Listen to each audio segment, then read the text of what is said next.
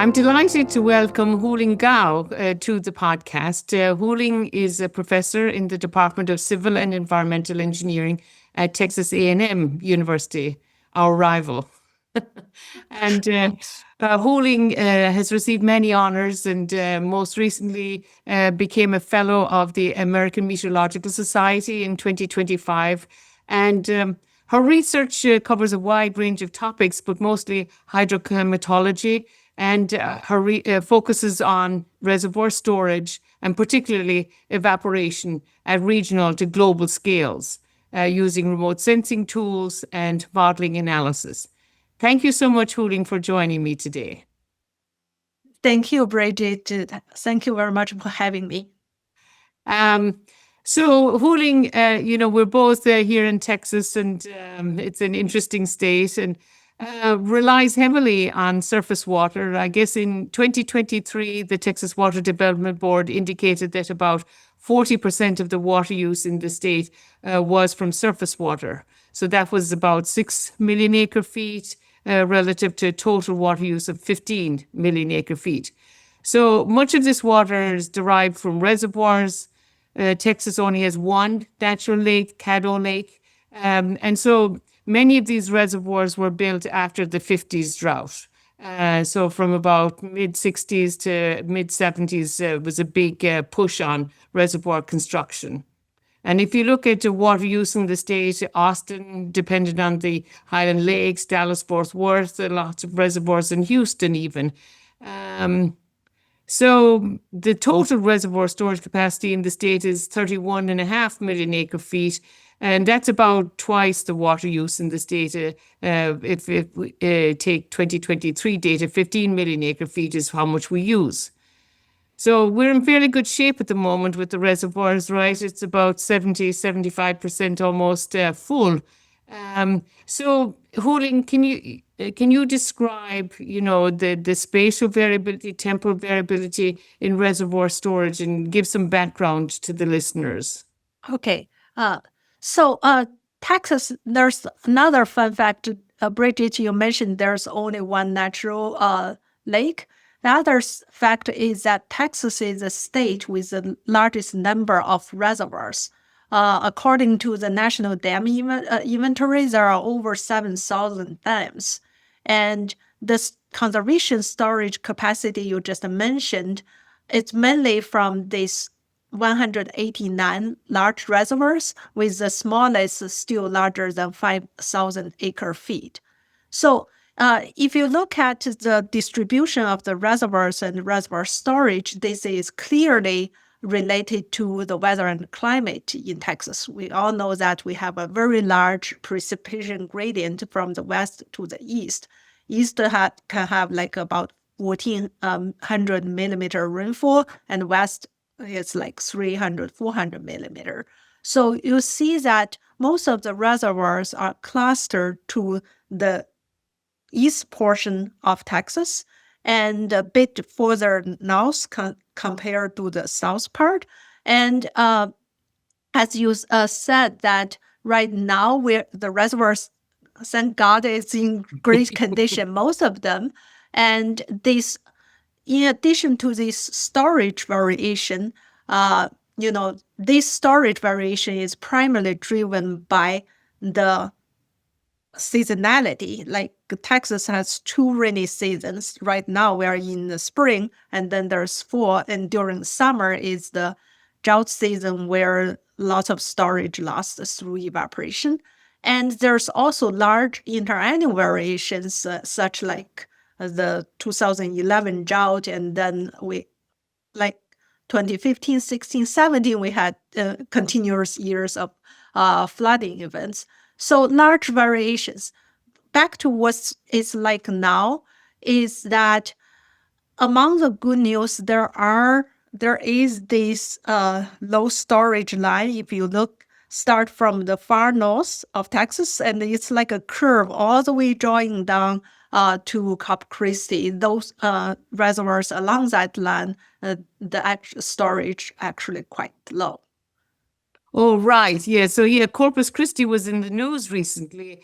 I mean, you mentioned the 2011 drought, and I think I was looking up. The reservoir storage went from about 31 million acre feet, or it was maybe 80 or 90% before the drought, but then dropped to like below 20 million acre feet. And for listeners, 1 million acre feet is about 1.2 cubic kilometers. So they're pretty similar, those units.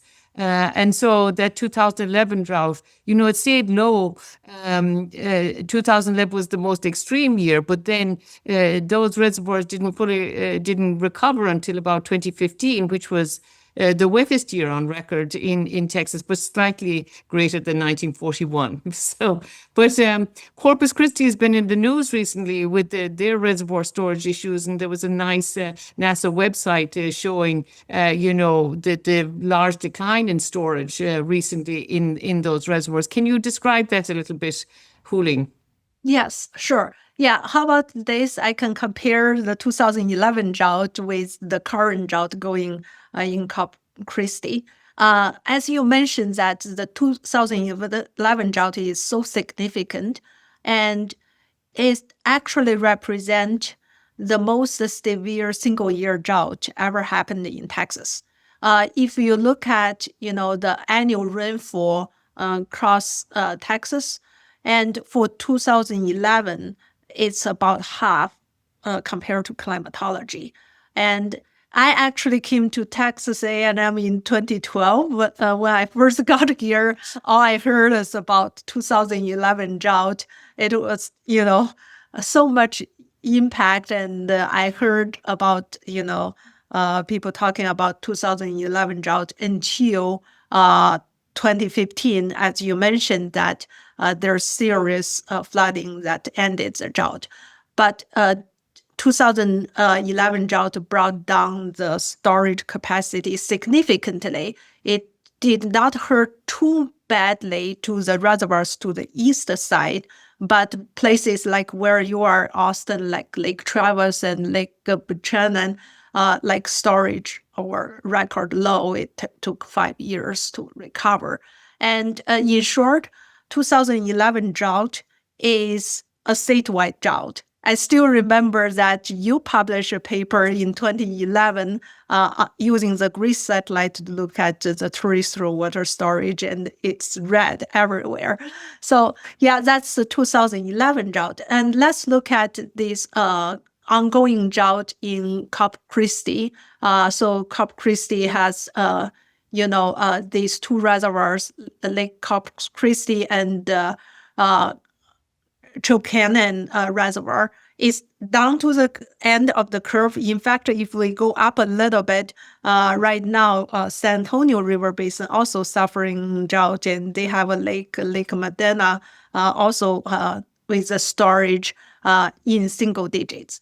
So let's talk about Corpus Christi reservoirs. So in a few years ago, Lake Corpus Christi, like about 5 years ago, the reservoirs almost full, like close to 90%. And then there's multiple years of drought. And we know that when we talk about drought, it's always started with the meteorological drought by lack of precipitation. Then there's the agriculture drought triggered by this and the shortage of soil moisture. And then go downstream, there's the hydrological drought. In this case, it's a reservoir-based drought. So with this short of precipitation, the soil moisture is record low. And then even there's some rainfall, it's not enough to generate runoff. Most of the rainfall, like infiltration, increase soil moisture, and also, goes through evapotranspiration. And so the inflows to these reservoirs became record low. And we also know that with drought, there's oftentimes high temperature almost all the times and heat waves. So this will increase the reservoir evaporation. So if you look at this reservoir water budget, it's really against, the storage. And Another thing I want to mention is that particularly what's happening in Corpus Christi is that the human activities, human factors plays a role as well. Across Texas, as you mentioned, like those large cities rely on, surface water reservoirs. And there's also Texas has the largest population growth rate, same with Corpus Christi. So increased domestic, water use. And in the region, there's a lot of industrial development over the years. So increased demand. At the same time, these reservoirs, they have to maintain the environmental flow to make sure the flow going to the bay, can, be good enough for the ecosystem service. So altogether, this brings the drought very severe. In fact, I think this current situation, they claim this is stage 3 water restrictions. So they start to, regulate the amount of water to be used. Right, right. And so you mentioned a couple of things, Huilin. So the 2011 drought, the worst 1 year drought, but then, there was some recovery in the fall of 2011 with the North Atlantic Oscillation brought in some rain, but then the reservoir storage went back down, stayed low for until 2015. And Mike Dettinger talks about drought-busting floods. And it seems like sometimes you need a flood to end a drought because a normal rainfall will just get absorbed by the low soil moisture deficit that builds up during the drought. So, and in 2015, then, we had the Wimberley floods and we had Halloween floods and things like that. So oftentimes the drought ends with a flood. It's the Corpus Christi reservoirs, the more recent drought is sometimes it's not a statewide drought, but there are areas then that, are suffering quite a bit. And so need to try to manage that. And thanks for explaining, the different types of drought, the meteorological drought, and then the agricultural from soil moisture, and the hydrology drought. And then some people talk, we're sometimes in a permanent groundwater drought if we're overexploiting it. So a lot of your work, Huilin, focuses on reservoir evaporation. And, these days people say, traditionally, we've stored most of our water from wet periods to use during droughts in surface reservoirs. And now they talk about storing water in the subsurface and managed aquifer recharge, aquifer storage and recovery. And some of that is to try to minimize the evaporation losses and stuff. But maybe you can describe, the importance of understanding reservoir operation and the different types of reservoirs that may be subjected to more losses, with larger surface areas and things like that. Okay. Thanks, Bridget. Yes. So reservoir evaporation is very important for places like Texas and more generally for the Western U.S. as well. This is because, like when you have a reservoir picture, like you have a swimming pool, the evaporation is affected by what's happening in the atmosphere. What drives it is a vapor pressure deficit. So the drier is the air, the more likely for you to have larger evaporation. And also the energy part is that the warmer is the temperature, then more likely have the evaporation. And you know that we, as you mentioned earlier, there was no reservoirs literally in Texas until after the 1950s drought. These reservoirs are constructed, most of them for water supply purposes. And when they are most useful are during the summer, like during the drought season. And then that's when the reservoir evaporation is the largest. I can throw a number here. For instance, in Texas, on average, the annual gross evaporation loss is about 2.4 million acre feet. And how much is that? Earlier, you mentioned that the total water use includes surface water and the groundwater combined every year is about 15 million acre feet. So this is equivalent to 50% of this water use loss through the evaporation.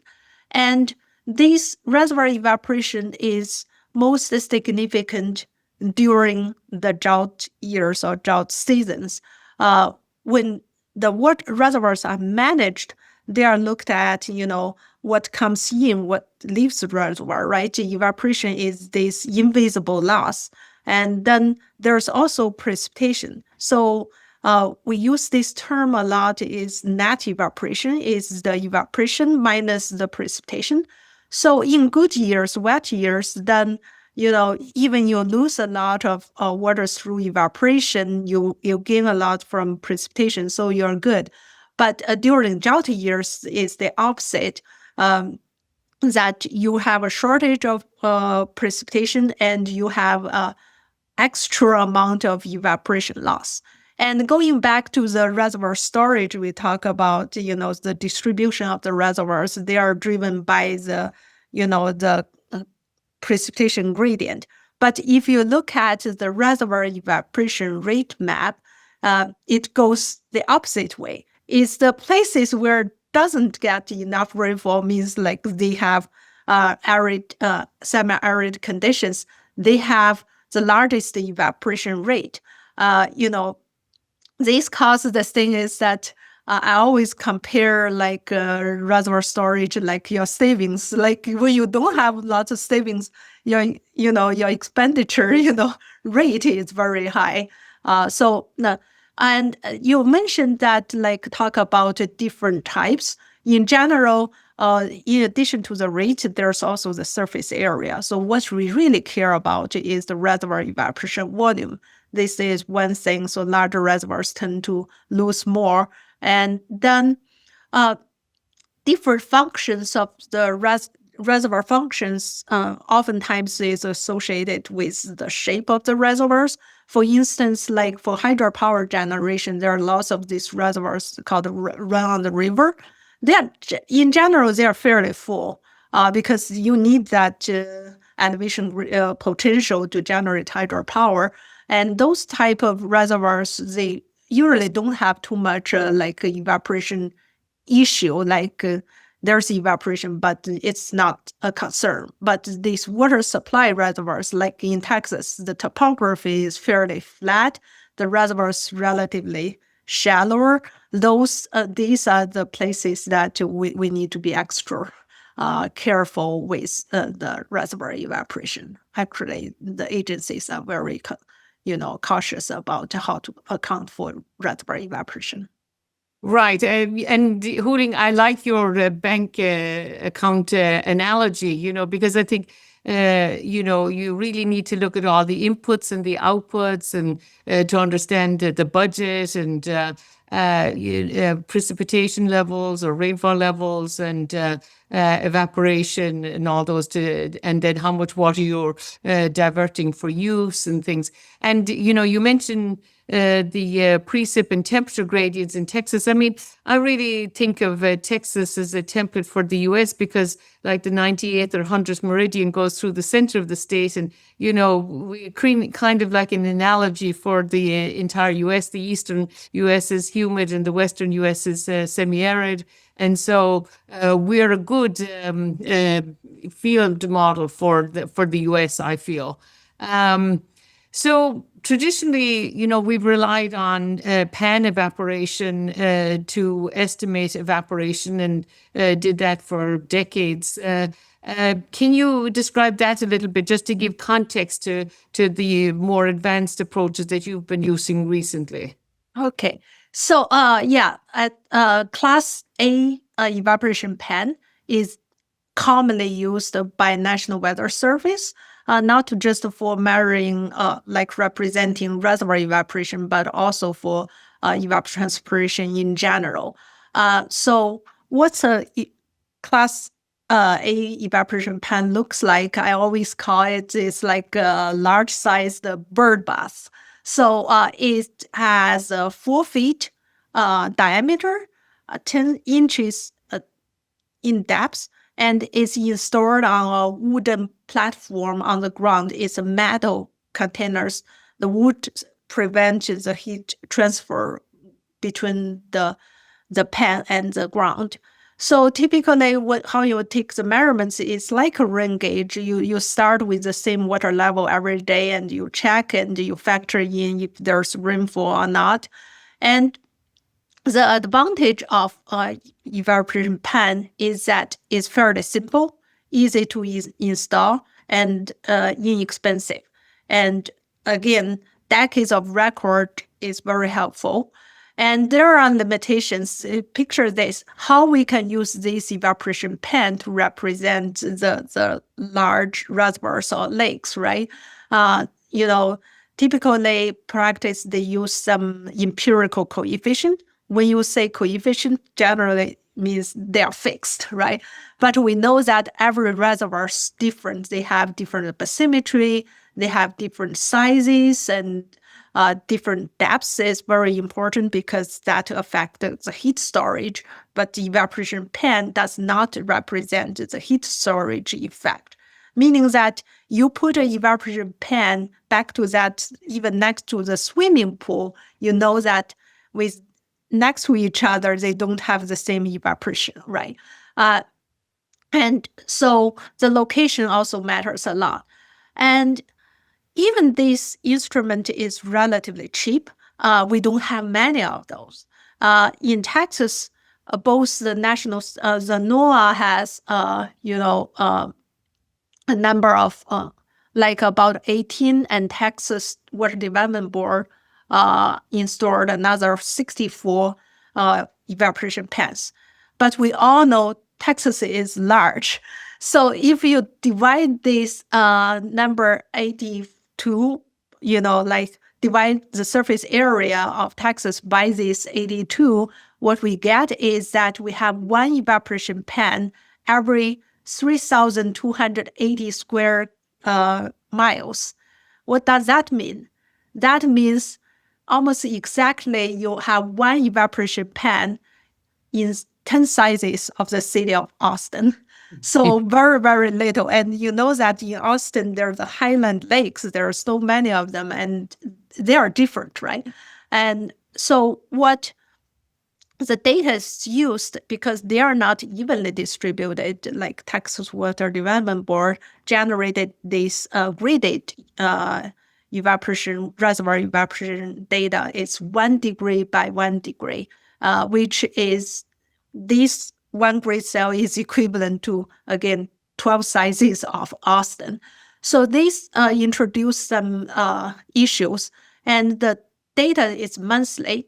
And if you look at the in-situ observations across the U.S., the water body terms for the reservoirs, from inflow, outflow, reservoir storage, and evaporation data at daily time step, we have less than 10%, even less than that. So that tells us, the importance of. It tells us about what evaporation pan can do. Yeah. Right, right. I really like the image that you have in some of your presentations of the evaporation pan and all these vultures standing on the edge, drinking out of it, which kind of amplifies your bird bath analogy. Yes. Thinking that we can rely on that then. But I mean, we're always advancing and improving things, and I'm really impressed with what you have been doing, providing daily data at a much higher spatial resolution using the Penman equation. And then I think your work then emphasizes the importance of heat storage in the reservoir and wind fetch on reservoir evaporation. So maybe you can tell us a little bit about your methodology to get to the daily data. Okay, thanks. So, we can start with evapotranspiration, and evaporation in general the same. There are many methods out there. We talk about measurements, and there's modeling approaches. Some modeling approaches, is based on radiation, some based on temperature, some more simplified, some more complicated. And Penman's equation is one of the most commonly used and trusted approach for calculating open water evaporation. So the advantages I would consider, one is the physics it represents, two is where the data it comes from. So first of all, when I talk about open water evaporation, I'm just not talking about reservoir, just open water in general. So pan evaporation has two components. One is the energy component. The other one is the aerodynamic component. So we call it combination method. So using these two components together, it factors in all these meteorological variables we talk about, the radiation, like net radiation, the temperature, the wind speed, relative humidity, all those things. And these affects the evaporation rate, and we know that. And so that's the physics it represents. And then the benefits, when I talk about those meteorological data, they are handily available. All meteorological stations collect the measurements for those, and we have very good reanalysis data to provide those graded data sets. And what we contributed is that if you look at this Pammon's equation, we have two parts, right? To start with energy part. If you look at it, there's the net radiation minus the heat storage change, if you look at the original Pammon's equation. But when people use it, most time they ignore the heat storage change term because oftentimes it's small. However, it's not small for reservoirs, especially the large reservoirs. So how we did this is that we calculate the heat storage change term. We have, in the paper, we have about 12 equations there. I will just be brief. So the heat storage change term becomes a function of the reservoir average depth as well as its water column temperature. Water column temperature, we estimated using a equilibrium temperature approach. What's the benefit of considering heat storage is that, picture this, back to the swimming pool. When it's warm, you go to the swimming pool, it's really cold because the water absorbs the energy to heat up. So there is a time lag between the air temperature and the water temperature. So in the spring season and the summer, the lake absorbs heat, and then in the fall, it releases heat. So if you picture this compared to the pan evaporation, you see that the peak time will be different. And also, we know that the deeper water temperature is lower than like shallower water. So the peak value would be different. So we modified this equation by adding this heat storage term back to it and carefully, using physical-based literatures and to quantify the heat storage term. And then there's the wind fetch. The wind fetch is basically, that when wind, blows over the water, and we try to use the relative humidity from like graded data like over land, then that relative humidity would be different when it blows over the lake. So we introduced fetch length, which factors in the size of the reservoir and relevant to the direction of which direction the wind blows, so that we have this aerodynamic component modified as well. So that's one we did. And when we have this algorithm, we are able to use it, calculate daily evaporation rate for individual reservoirs with the reservoir's area and depth factored in. And when we have the result, we did compare it with eddy covariance observations. Those are the flux towers considered the most direct, accurate measurement. Of course, those measurements are very expensive. So they are generally used for supporting like research, like providing data to gain physical insights and validation. Right, right. So, I mean, you really have transformed our knowledge of evaporation from reservoirs in Texas. And you provide, Texas daily reservoir evaporation data and only a lag of like 2 days to update it. So that's really impressive. Can you and I will put the link to this website and this on the highlights for this podcast. There's a lot of spatial variability as you were describing in reservoir evaporation, even in normal years across the state. Maybe just emphasize that a little bit and what the app does, what data it includes, and the time period it covers, and things like that. Huilin. Okay, so this is a monitor actually supported by TWDB and the Lower Colorado River Authority and the Army Corps of Engineers, the Fort Worth office together, and in collaboration with my colleagues from Desert Research Institute who helped to translate our algorithms into this API. So the website covers data for these 189 Texas reservoirs I mentioned earlier from 1980 to present with 2 days latency. And the variables we put on the website include the gross evaporation rate and the net evaporation rate, which is gross minus the precipitation rate. We add precipitation rate as well. We provide the reservoir surface area and the reservoir evaporation volume. And at current website, the reservoir surface area is from the observations provided by TWDB's website. So you will see some locations has like a constant value. I can talk about later how we fix that. And so these are the data we provide. We have daily, monthly, and annually. So you can have the drop-down box. You can easily plot them as you wish and download the data. You can download the image. You can download the Excel spreadsheet.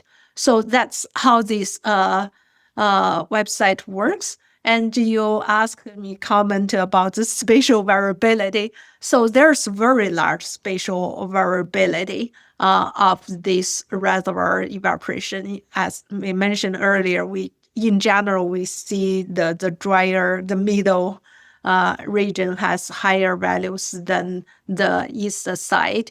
And we also mentioned that we brought in the heat storage and wind fetch. As a result, even for highland lakes, different locations, they have different reservoir evaporation values.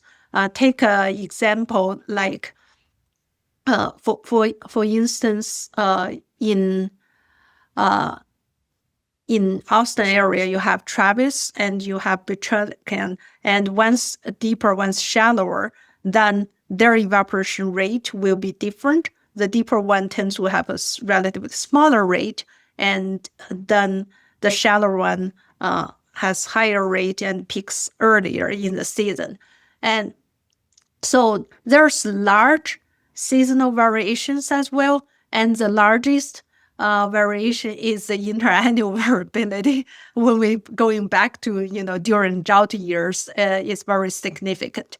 If we look at the net evaporation, we see that on normal years, the East Texas, the evaporation loss and the precipitation usually balance out each other.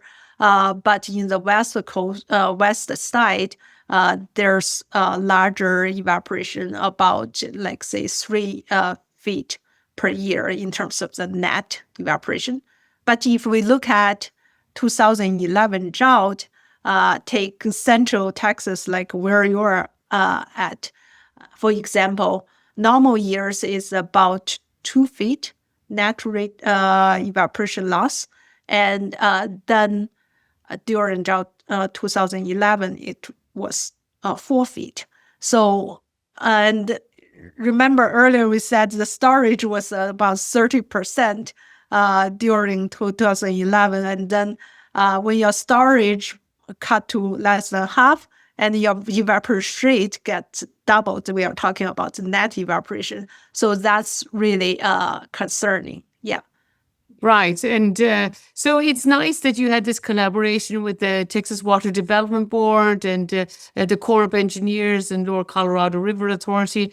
And I know the late Ron Anderson was very interested and in the research and everything, and a great proponent for the work. So that was really nice. So you have people, stakeholders, then you're working directly with them who are going to use the data, and you understand their needs and all of that sort of thing. So that's great. And I guess Texas Water Development Board uses the data for planning and LCRA operations and forecasting, and the Corps of Engineers for many different purposes. Maybe you can describe that just a little bit. Okay. Yeah. So I can start with Texas Water Development Board. It's a water planning agency. So when they make state water plans, they run the model, which is called the Water Availability Model, WAM, which developed by my colleague, Professor works here at Texas A&M. The WAM model has two primary inputs. First one is a naturalized flow. And naturalized flow means that you have the observed USGS flow and you take out all those withdrawals and get to the state. This is the river flow without any human interventions. And then there's the next one is the reservoir evaporation. So these are two major inputs for the WAM model. And then they use the WAM model particularly to run it, and an important variable output from the WAM model is called reservoir form yield. So what is form yield? It's the maximum amount of water that a reservoir system can reliably supply during the record drought event. In this case, for Texas, everything's compared to the 1950s drought. So that's the form yield. So this form yield determines the water right and determines how the water is allocated. So that when they make, going back again, when they make plans, they need the model, they need the input, and reservoir evaporation is one part of input. We already talked about the possible biases, those biases with the pan evaporation they have been using. So they have a strong interest of looking at this data and whether, we can improve the quantification of reservoir evaporation. For example, over the last 40 years, according to our data, and many other studies, that evaporation rate has been increasing because, the warming temperature. And then across Texas, it increased from 48 inches per year to 52 inches per year. So they want to account for this non-stationarity into this management planning. Then there's Lower Colorado River Authorities, and the late Ron Anderson was a big, supporter and interested in this daily reservoir evaporation. And because among the highland lakes, the two largest ones are Lake Buchanan and Lake Travis, right? And so there's upstream and downstream. And downstream one is the deeper one. But downstream also has a larger contributing area. It's more vulnerable to flooding. So how you account for the storage and balance the storage between the reservoirs as a system is very important. So by having a better understanding and input for the evaporation, they can try to avoid downstream flooding, but also at the same time maximize the system supply. And U.S. ACE Army Corps, the Dallas Fort Worth has their own hydrological model, and one of the model input is the reservoir evaporation rate. So if they account that better, they have the same issue. All reservoir managers says that, in Texas you struggle. You either have flooding or you have drought, right? And so you manage them as a system. Earlier, we talked about the storage capacity, the conservation storage capacity, right? And as a water manager, ideal case is that you want to keep the water level right at top of the conservation pool so that you have plenty of water for supply, but you also have plenty of room for the flood control pool so that you can, but it's easier to stay than to do it. That's why they want to, factor in the evaporation and they improve the inflow estimation and such. In fact, many of the water reservoirs use the reservoir evaporation information to back calculate to estimate the reservoir inflows as well. So that's some examples how this data set can be used or be used. Yeah.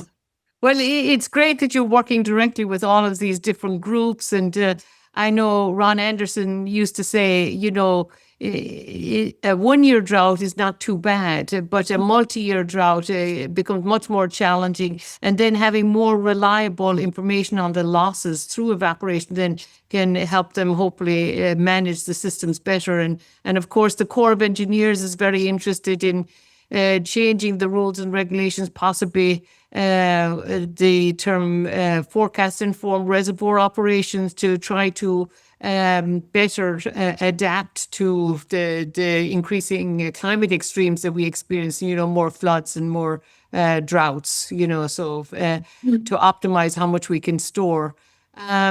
So, you have done studies across the entire US and also globally.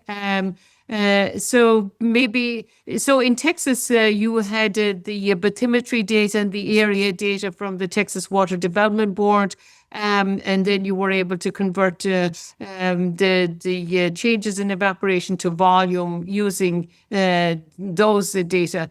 But so maybe you can describe a little bit what your work is in the U.S. and using reservoirs throughout the U.S. Okay, so in the US, we have, look at over 700 reservoirs, and we generate a similar data record. And how we estimate the reservoir surface area is that we used the Landsat satellite image classification to help, so that we can calculate the reservoir storage. And across the U.S., what we look at is that we found Texas does stand out as a hot spot along with the West U.S. states like Arizona, California. And we also found a clear, significant trend across the U.S. And primarily the driver is the shortwave radiation and changes over the past decades.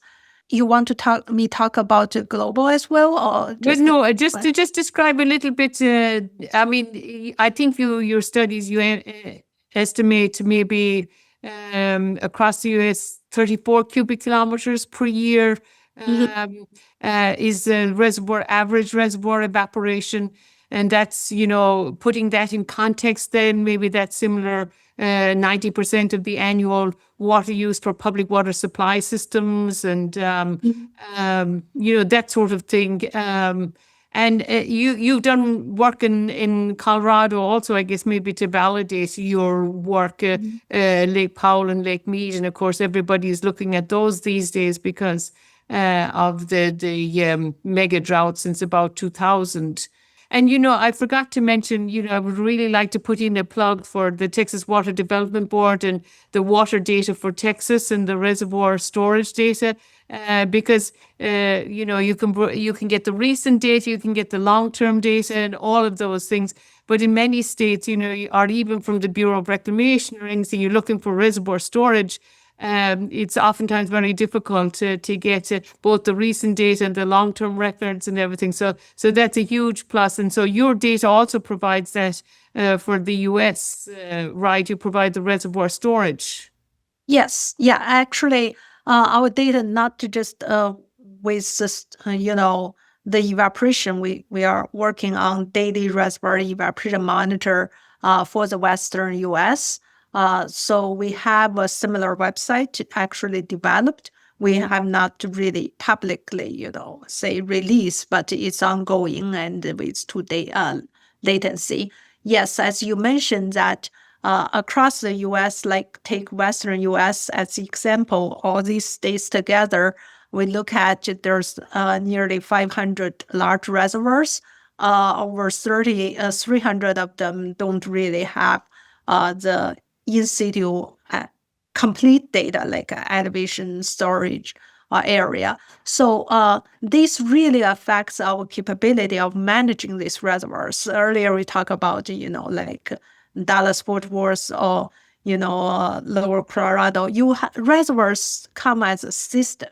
It's not like you manage them individually. So that constrains the capability. So what my group have been doing over the last 10 plus years, ever since I joined here, is to use satellite data observations to help fill in this gap. What we do is that, pick a picture this, you can do image classifications. You have a satellite image you can extract. Nowadays, actually we've been using this machine learning algorithm a long time. We just didn't really call it, like we extract the surface area. We develop algorithms to extract the area regardless there's partial cloud cover. And then when we get this area, we combine it with the area elevation storage curve. That's something else we actively work on, is that we get radar or LiDAR altimeter data and combine that with the area so that we can develop the curves. Once we have the curves, we apply the area to the curves to get storage time series. This is because those elevation, those altimetry data is very sparse in time and also oftentimes limited to large reservoirs. So basically in remote sensing, there is this thing, you can't get both spatial resolution and temporal resolution work perfectly. So we want to leverage, and of course there are like more recent advancements that make this relatively easier. In short, like through satellite remote sensing, we can gain a lot of information that we did not have the opportunity to collect in situ. Right. And that's fantastic to provide. And it'll be great when you have this storage data out there for the US, because I can remember asking the Bureau of Reclamation for data on Lake Sacagawea, and that's the third largest reservoir in the US. It took me months. Yes. Yeah. So, yes, definitely. Yeah. It's even the large reservoirs, they have data. They are not, in one, place to go. Yeah. Right. So you've also done analysis of reservoir evaporation at the global scale. And one of your papers, I think, 1.4 million global lakes. Maybe you can just describe that a little bit, Huilin. Yes. So with that work, it's in the line of the same idea. Actually, we calculated the evaporation rate and volume for each of these 1.4 million global lakes, this including lakes and reservoirs, from 1985 to 2018. And because we use this pattern-based method, this is actually the first time we use physical model to predict, to estimate the evaporative loss from the surface water. What we found is that on average, the evaporation loss is about 1,500 cubic kilometer. If we put this in context, it's about 3 times of the Lake Erie storage capacity. So it's quite large. And then we also found increasing trend with about 3 cubic kilometers per year. And so this increasing trend can be driven by different reasons, like increase of the evaporation rate, typically like in, not the high latitude. And in the high latitude, it's more like reduce ice cover, like 'cause then you have more surface area exposed for evaporation, or like increased surface area of some lakes. That example, like the Tapatan lakes, they have been increasing. So another interesting finding we get from this work is that since we have both lakes and reservoirs, we compare them. We found that these man-made reservoirs, which only account for 5% of the global storage, actually contribute 16% of the total lake evaporation. So, and it also increases at a much faster pace than the natural lakes. These actually, really cause our attention, when it comes planning. We need to take good care of this. And the reservoir evaporation every year is about equivalent to 230 cubic square kilometer, and that's equivalent to about 20% of the global consumptive water use. So that's quite big. Right. And, another aspect that I was very interested in your work is this integrated reservoir drought index, we've seen the importance of reservoirs and the impacts of drought, for example, in Cape Town Day Zero. They were heavily reliant on 6 big reservoirs in that region. And also Sao Paulo has been subjected to major droughts, and they have, another reservoir system that they rely on heavily, not that much groundwater. So, so this drought index for reservoirs will be extremely valuable for these large cities that are, relying heavily on reservoirs. Can you describe the drought index? Yes. So, for reservoir-based drought, a very common practice is to use the reservoir storage anomaly to develop a drought index. Really, we have so many drought indexes there. And so that when we can see this drought condition compared to long-term climatology, how severe it is.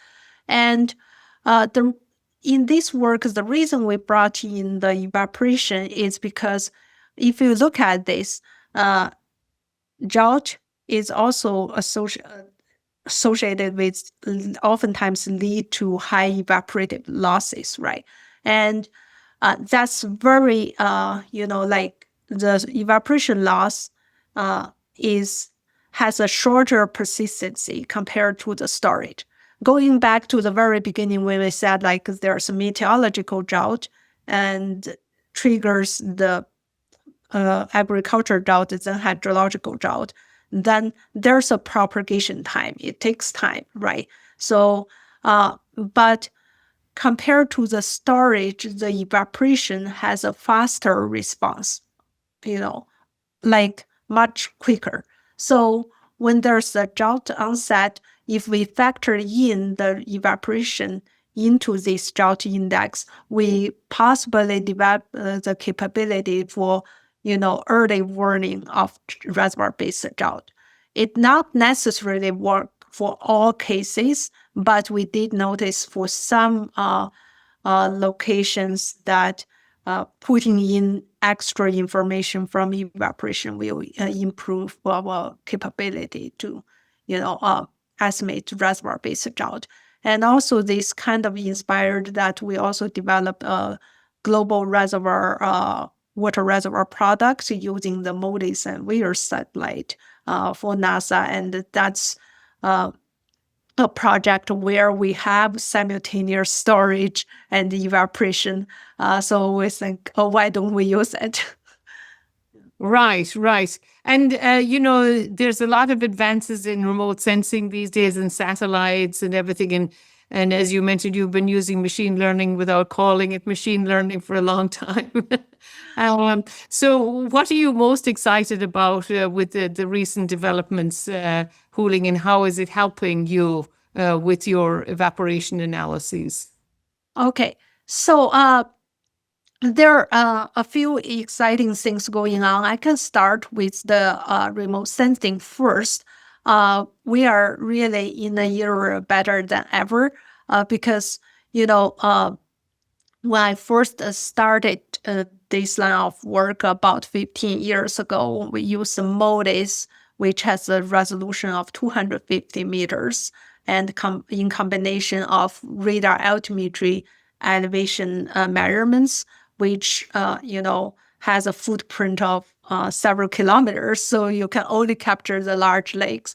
Like with my very first publication, I developed we call it global data set, but there are 34 large reservoirs representing, 15% of the global storage. That's limited by the observation capability, right? And the spatial temporal coverage. But fast forward, there's like more satellites, like especially when the Landsat data became public available, made free by USGS as a first step. And then there's the Google Earth engine, we made it even easier. You don't need to download the data. So what it's like now is that, for instance, there's European satellite, the Sentinel-2. So NASA has this product called Harmonized Landsat Sentinel-2, which brings us this 30-meter resolution sub-weekly data so that we can estimate, compared to monthly, right? We have much higher spatial and temporal resolution. And then on top of that, a lot of this development for estimating the area and for estimating the storage is the elevation data availability. There's the SWOT mission, it's called Surface Water Ocean Topography mission, that gives this two-dimensional elevation of the surface water across the globe so that we can get to the smaller reservoirs. There's still lots of room for us to improve the storage estimations for smaller reservoirs. And then there's this CubeSat, like they bring to like 3-meter resolution images. And then, when you have this high resolution, the return period is long, but they are cute. They are CubeSats. They launch hundreds of them so that you have daily measurements. So these are all very exciting stuff. And then back to the evaporation, what does this mean? This means that we can better estimate the reservoir surface area, and we can get more dynamic elevation of these reservoirs, and we provide more comprehensive view of the water balance for these reservoirs. We know storage, we have the evaporation, and then the SWOT satellite, a big part of it is also estimated the river discharge. And specifically, couple more things we're doing with the reservoir evaporation. Earlier, you mentioned the forecast-informed reservoir operation. We are developing, at the early stage, developing a 28-day forecast capability for Texas reservoirs so that, this can complement those stream flow forecasts.